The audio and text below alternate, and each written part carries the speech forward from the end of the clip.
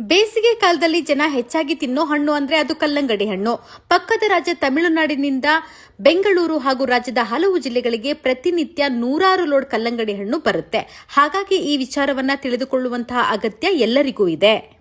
ಬಿಸಿಲಿನ ಧಗೆ ಹೆಚ್ಚಾಗಿದೆ, ತಂಪಾಗಿರೋಣ ಅಂತ ಕಲ್ಲಂಗಡಿ ಹಣ್ಣು ತಿನ್ನೋಕು ಮುಂಚೆ ಸ್ವಲ್ಪ ಎಚ್ಚರಿಕೆಯಿಂದ ಇರಿ.